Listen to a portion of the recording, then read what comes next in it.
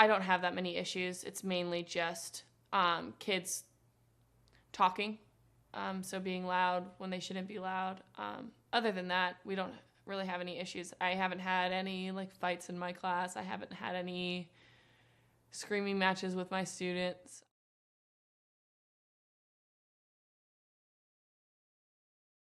In my EP class, they're really good. There's one student in my EP class that is kind of a challenge.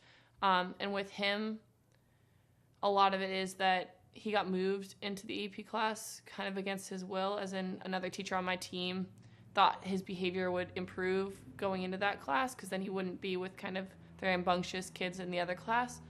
And he wasn't particularly thrilled about that decision, and as a result has kind of done everything he can to get put back in the other class. We each have in the corner of our room like kind of a wall with a desk and a chair behind it that he goes to sit in during my class period, and he has to do constructive assignments, and he hates it, so it makes him a lot less likely to act out later. My regular class, my comp class, they're a little more disruptive, and I mean, same as everyone else. I have champs, so you can do the hand raise. Usually it's instigated by one or two students. The students vary, but it's like there are some students that just have too much energy and they distract everyone else. So usually it's just me focusing on calming them down, so giving them work to do individually if my verbal warnings don't work.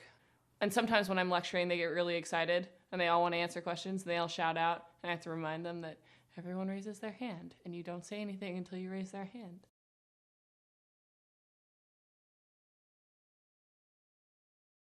Transitioning from college to the workforce, for me, the only real thing that I had to cope with was the fact that school's not going to happen again. Like, I've worked every summer since I was in high school, and I mean, I was a camp counselor first, and that's much different than teaching. But I mean, I had desk jobs the past 2 summers.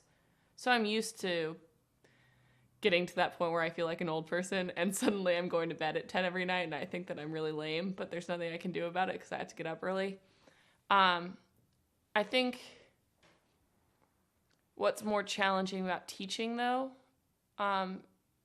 that's different from the other jobs that I've had, is that I mean, I worked in political offices, so yeah, I didn't really know what I was doing, but I picked it up fast, and I understood the politics, so it was mainly just like, they would tell me to write a memo, and I'd have to be like, okay, well, how do I write a memo? And then I'd try it, or they'd be like, okay, write a speech that, like, the member of parliament's going to give on the floor, and I'd have to be like, I'd never written a speech before, and that was really stressful, but it got done in 2 hours or 3 hours, and then it was like, okay, now the speech is written, and I don't have to do it anymore. So it was more like grappling different assignments, but I had the basics already. So I just had to change how I did things before and modify them to fit that assignment. Teaching's very, very, very different from that. I mean, I had taught before, which I'm fortunate to have done. I taught health education in New Haven, but I'd never had my own class. It had always been like, so I go and see a class for 12 days, and I teach them our curriculum, which was like STIs and contraception and substance abuse and nutrition and relationships and abuse, things that the kids are actually really interested in. And yeah, there were some kids that were like, this is stupid, blah, blah, blah. But mostly it was like kids were really into it.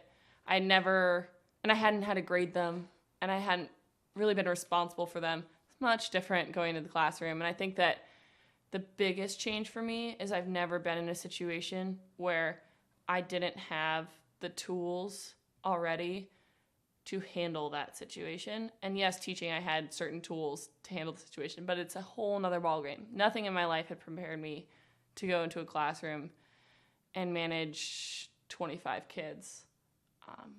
Even being a camp counselor, because you're not forced to teach them. There's no accountability when you're a camp counselor, whereas like there's accountability, and like I am responsible for the rest of these kids' lives. It's not just like, oh, I'm responsible for their health and safety. It's like, if they turn out to be bad people and don't understand questions about life, and that's my fault. because I didn't motivate them and I didn't teach them these things in the brief time that I had them. Granted, they'll have future opportunities, and there are probably people that have failed them in the past. But right now it's my opportunity to take these 50 kids that I have and teach them about life and teach them to think for themselves. And so that's really has been my focus.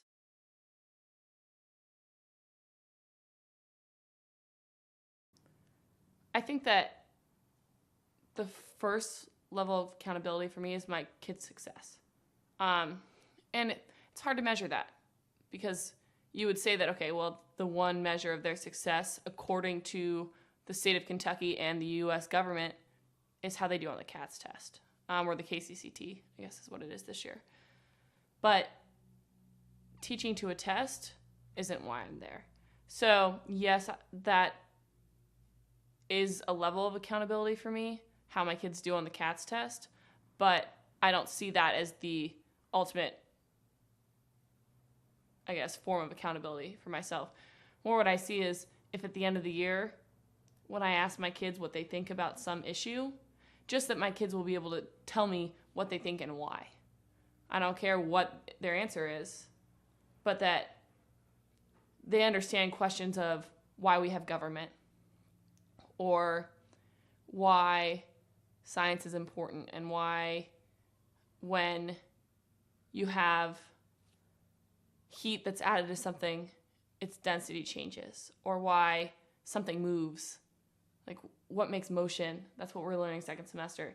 Big questions like that, that my kids can actually think about things on their own and don't just regurgitate things that have been told to them before.